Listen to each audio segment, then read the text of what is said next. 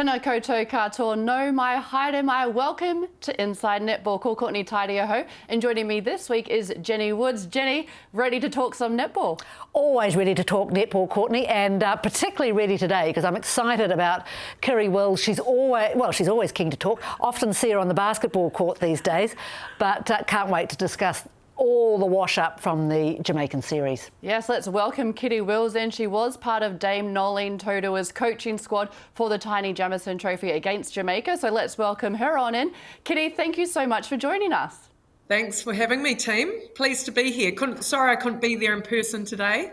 Oh, look, it's just a pleasure to have you. And we'll start with the Jamaica series. Obviously, we won that one and you were part of Dame Knowles' coaching staff. So can you tell us what your involvement was throughout the series? So generally in the international series, Knowles opens up spaces for the franchise coaches as part of our professional development, and I think making sure that the connections between what we do at club and what they're doing at Silver Ferns is reasonably seamless. So I got my opportunity for the Jamaica series. So my role in the camp, it was just Knowles and I, so I was pretty much her assistant coach, and we worked through all the strategy that we'd be bringing forward to the series. And then with Jane Woodlands Thompson on there, we were both assisting her. In the game time, it was Jane and Knowles would do the bulk of the coaching, and then I would sweep and be looking at stats and what I could add there. I pretty much took a back seat consciously though, like I know what it's like as a player to have a lot of people coming at you. So I just, if there was anything that I felt was missed, I just would let Knowles or Jane know. But between the two of them, they had it all covered. Would you have, I'm just thinking, either of those two women, quite formidable. Would you be, happy to point out their shortcomings if there had been any? The great thing about coaching these days is that there are no egos, and even, Dame Nolene Totoa, she's an icon, right? And people tend to think that we would sit around and not do a lot while she's there, but she's very, very inclusive. She wants you to, she always says to me, you just sprinkle your magic everywhere, kids. It's, it's about making sure that everything's covered, I think, and she has absolute faith and trust in us, and which we appreciate, because I think I do get a little nervous going into the Silver Ferns camp. I like to be prepared and make sure that I'm doing all the right things. You don't want to muck up a World Cup campaign, but she definitely makes you feel welcome to have your input. One of my favourite questions to ask the coaches that work with Dame Knowles and the player is what makes her so special? I asked Jane last week, so I'm going to ask you, what makes her so special? What does she do to get the best out of her players? I think it is that inclusiveness, and I think I was explaining to somebody yesterday actually, and my son's water polo team with a group of parents, they're like, what is it about her? And I think she makes everybody feel special and part of the group, whether you're in there for 2 seconds like I was, or whether you're in there forever. She definitely makes you feel good about your contribution, and she, even when you're giving negative player feedback, she manages it to do it in such a way that the player walks away feeling like $1 million anyway, even though they may have not been delivered good news. And that is an outstanding communication skill that all of us coaches need to have on board, but it's definitely that inclusivity. Is it interesting, Kiri, going into a Silver Fern environment where there are players who, of course, are your players, Maya Wilson, Mila Roeli Buchanan, Eli Temu. What's that like? Because the relationship would have to change, wouldn't it? Yeah, it's we've got good relationships, my players and I, so it's pretty seamless. I think Ali found it quite weird having me coach defence, because generally with the Stars, I sit at the attacking end of the team bench and looking into the team huddles and things. So I was consciously trying to work my defensive game because of that. And I had talked to Knowles about that before going in and just trying to flex that side of my brain. But yeah, Ali just said, this is so weird having you down here all the time coaching. But other than that, it's pretty much same. It's the strategies are very clear, I think, in the Silver Ferns camp. And so as long as you know and understand them, you can contribute to improving those. Kids, speaking of those stars players, how proud are you of them? Obviously, Ellie, great debut. I thought Mila in the second test was phenomenal at wing attack and her combination with Whitney Souness. And then Maya came on and I was blown away by her. So you must be so proud of them and also for the future of the Stars too. Yeah, I had to take a moment on the bench actually and remember that I was on the Silver Ferns bench and those were a couple of players out there. I said to Mila after the game, I had a little cry afterwards because, seeing them out there in the black dress, I had to remind myself how huge this was for them and how they are massive in the game now. So Ellie's debut, she was the first person in our team to get her hands on the ball, and then she kept getting her hands on the ball. So we know she's a ball winner, and she took that to the next level at Silver Ferns. And I think for Mila, the little change back to wing attack has been a little bit challenging for her, but I thought she did a fantastic job. And you're right, Courtney, she played a blinder in that second test. So, and then Maya coming on, and I think Maya's contrast to Grace is a really great strategy and tactic for the Silver Ferns to have. There are a lot of standing, holding shooters out there, and that's what the Shamira Sterlings are used to playing against. So if you can throw someone in there like Maya, who's got a little bit more movement and strategy to her game, that definitely is a winner. And I wonder, Kiri, if that performance of Maya Wilson is really going to be proving, quite a headache for Dame Nolene in a way, because, she was outstanding. I mean, I think she shot more than Nweki did in the first half or what have you. But I wonder, Australia is not Jamaica, and it's going to be such a much, much harder test. Will her mind go back to that last tough performance that Wilson put out in Birmingham when, it was a bit of a nightmare? When it comes to choosing her, how do you put faith back in a shooter like Maya Wilson? I think it comes back to Maya and the work that they do with her individually to ensure that she is going to go out there and play like she did in that half against Jamaica. She's really capable of it. We've seen her do some amazing performances for the Silver Ferns in Test series before, where she started or come off the bench, and we know it's a confidence thing with Maya, and as long as she feels that she is contributing, I think she will play really well. Grace, on the other hand, I was impressed with her at camp. I haven't had that much time with her, but her game is also growing. So it's a headache in that who do you choose to put out there, but I think it's a great there's some tactical leverage there, as I say, with the way that they play so differently and who can bring something different to the game. You just want to make sure that both of them are really consistent and put those shots away at the end of the day. It's goal shoot on the bib. If you do that job well, number one, you're away. If we stick with the shooters, Kiz, obviously Ameliaranne, she came back into the team as captain as well. You can give us good insight on what she added to this team and how she came back, I guess, into it after being away, after having her second baby, and how much she gave to the team. Yeah, Mills is an amazing person. We all would agree on that. She's quite hard-nosed in the Silver Ferns camp. She's very much about upholding the pure values. It's pured now, not pure, but for me, she's the one who really drives that within the team. She was there when it in its inception, and now she feels a total responsibility to make sure that happens, not just for herself but for the rest of the team. And I think that's why she got the captaincy, because she kind of holds people accountable to it, but in a really lovely way. She can do it without stepping on people's toes and moving those things forward. In terms of her own game, she's so powerful and dynamic in terms of her movement, and she's worked so incredibly hard to get back to where she is.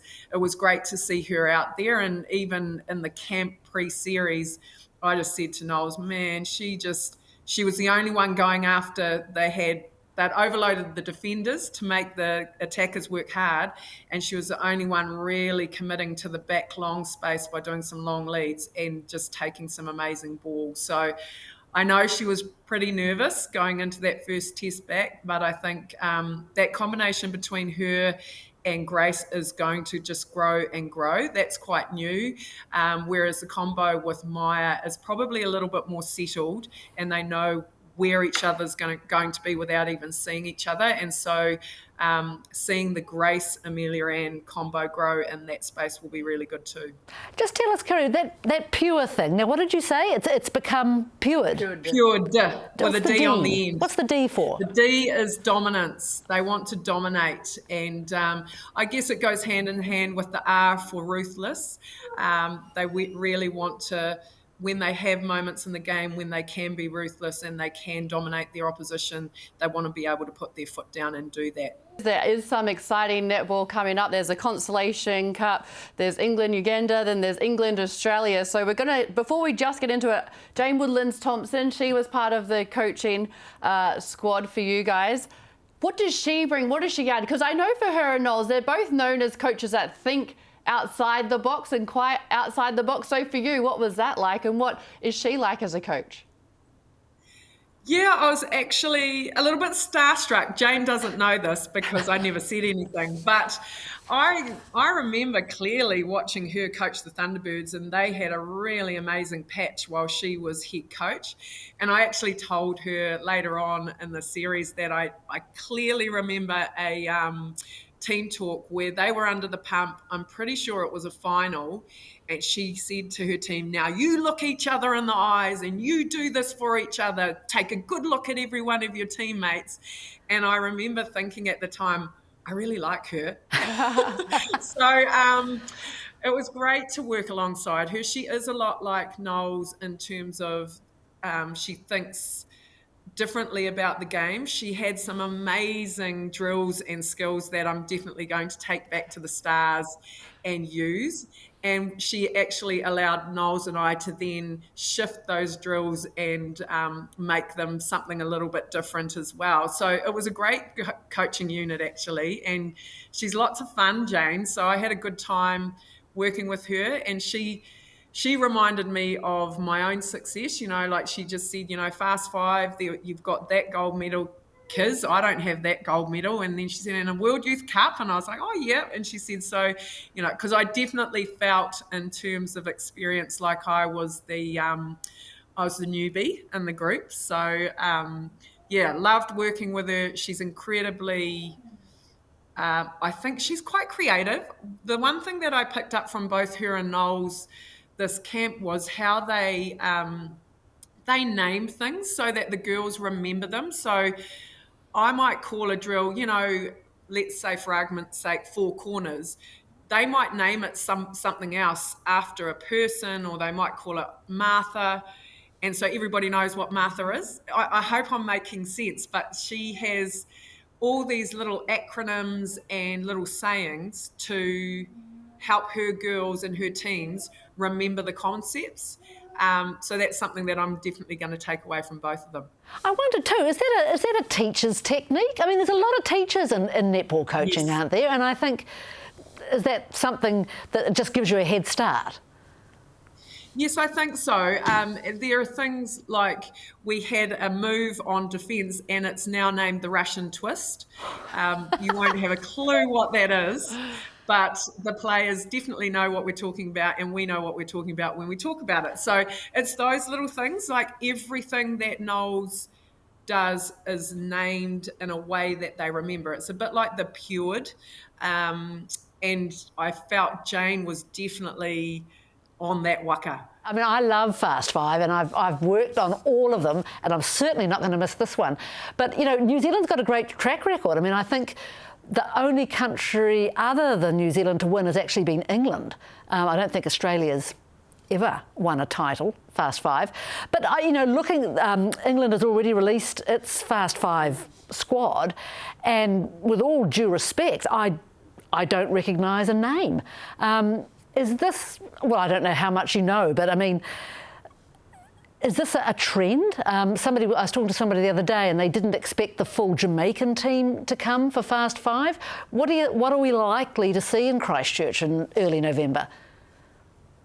Teams definitely use it to build for things like World Cup, and I know that when I was coaching, one of the big considerations was the World Youth Cup coming up in the following year. So that's how I had the likes of Jamie Meyer and Kelly in the mix. So teams definitely, it's not a test, it's never a test side that you're going to see in that Fast Five mix. We tend to pick strategically also around, well, I did, around who's going to actually play a good Fast Five game. I think it's quite like indoor netball where you've got your 6-on-6 and your 2-pointers. So I think strategically, a lot of New Zealand players at some time in their life have played that style of game, so they know and understand it a little bit better than their counterparts. When England won, they were on a definite pathway to the following year, or they were going to Commonwealth Games, and they ended up winning that Commonwealth Games. Right. And sometimes you need teams like that will need a win to know what it feels like and to feel dominant. And so their team at Fast Five that year was literally their Commonwealth Games team, and they really took it to some of the younger, less experienced sides. And I actually was out, we were out with the England team, and Helen Housby in a way expressed to me that this is it. This is us. We're going to win Commonwealth Games. So it just depends, I think, where you are in your cycle in terms of developing players and how much you need it for the following World Cup. And I think this team released by England shows that they're really confident in their test side to carry through the test series. They don't necessarily need Fast Five to do that. So it's a good opportunity to blood some younger players. That's an interesting comment, though, isn't it? Because, Kiri, if you think it, I mean, did they have, I want to divert now to England, do they have reason for that confidence? Because if I was England, I would be totally dismayed at that bronze medal match. I mean, I thought New Zealand just absolutely outplayed them, outthought them, and, well, they won. And, you know, as far as I can see, I haven't really seen too much criticism or whatever in the England netball press. But I would be distraught after that loss. Yeah, I think they definitely underperformed. If you look at the test match experience and caps that they had, I think their caps outweighed New Zealand. They were double what we had, and Australia. And maybe that's part of the problem. I think potentially there are players in there that need to be moved on. I think the whole confidence piece of it is, I think they're overconfident. And I think if you went, Courtney, you guys were both at that World Cup in Liverpool, and they totally overplayed their hand psychologically. It was like they owned the court. They were strutting around. It was like they'd already won before they won. I think that semi-final against them, it was the most heartwarming moment I've ever seen because us Kiwis are so humble, and it was just weird seeing a team so overtly confident before they'd even got to the title. And I had thought that come this Commonwealth Games, they would have learnt from that and moved on. I wasn't there this time, but apparently I heard that no, they hadn't. They were still overtly confident, and possibly I think that's a gap psychologically that they haven't looked deep enough into, that actually you've got to earn it before you strut it. And I don't know. I think there needs to be some sort of help there in terms of managing that, because it hasn't worked for them for two pinnacle events. I'd agree with that, Courtney. What do you think? I agree. It was almost like at the World Cup and then again in Birmingham, it's almost like fake it till we make it, but they haven't made it yet. So you're right, because I feel like there is a gap there for them. If we stick with England, George Fisher, she's decided that she is not going to, she's going to opt out of this international period coming up. So, Kiri, your thoughts on that? Oh, who knows? I don't really know too much about this, guys. Maybe she's just happy and in love in Southland. She and also there's been the commentary about her now potentially being available for New Zealand. So maybe she's keeping her powder dry, because if she plays for England at next year's World Cup, then that's her for the next 4 years.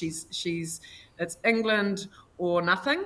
So maybe she's just keeping her powder dry and trying to manage that. And for a young athlete, that's going to be really tough, and she's probably going to need some support around those decisions. But equally, I felt she was a little bit hard done by in terms of not being in that Commonwealth Games squad or seen to be a part of that. She's had 2 cracking seasons for the Steel.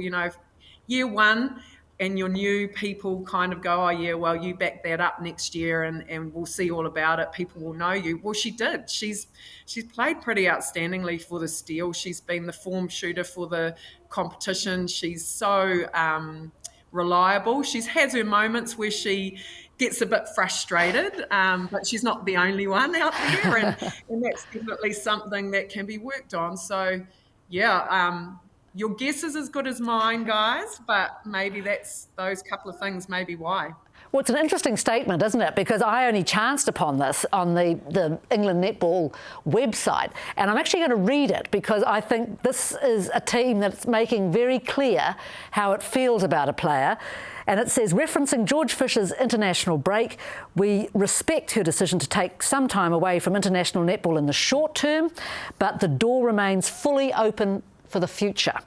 As a founding member of the Roses program, George has been a significant part of the Roses and has shown huge growth and improvement over recent years, showing what a bright future she could have ahead of her in the red dress. She is a much-loved team member, and we look forward to welcoming her back. I don't think there's any doubt they want her back. No. Yes, that's we want you, we want you, we want you. Don't go anywhere call, isn't it? Oh, it definitely is. They're like, especially don't go to Dave Knowles, although, hey, we spoke about it on the podcast a few weeks ago. I think we'd happily take George if she was open to it. Let's talk about the Constellation Cup, because you obviously have been with the Silver Ferns. So how are they looking with that only a few weeks away? Yeah, they're looking pretty good, actually. As I said, we had quite a bit of time to work on strategy and structure.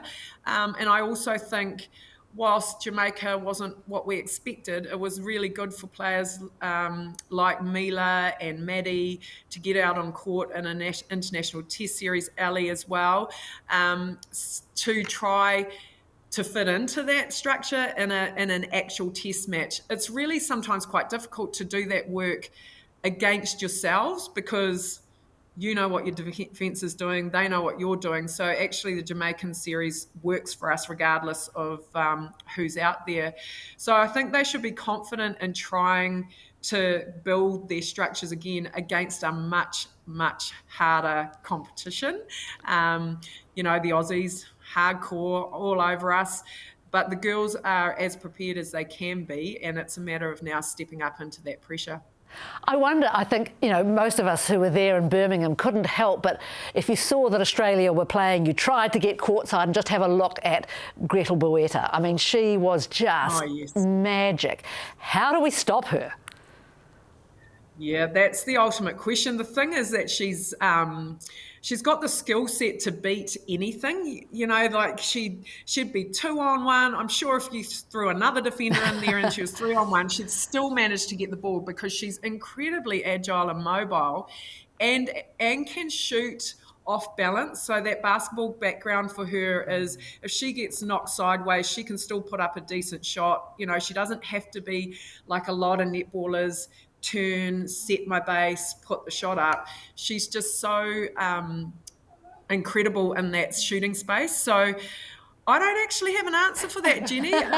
She looks pretty unstoppable for me. I think for the New Zealanders, it'll be about confusing the space. When she's got somebody on her, body on body, she knows where you are, she knows where the space is, and so she can just take the ball out of the space. But if you come from a position where she's not expecting you, that could be an advantage for us, and that's how we play. So we'll see how we go. Well, Kiri, we thank you so much for joining us. We love chatting netball with you. Come back anytime to Inside Netball.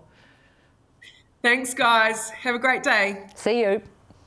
Well, that's it for us at Inside Netball this week. Thank you so much for joining us. The Constellation Cup Match 1 gets underway October 12th. You can catch all the action live on Sky. But for us at Inside Netball this week, thank you so much. Mā te wā.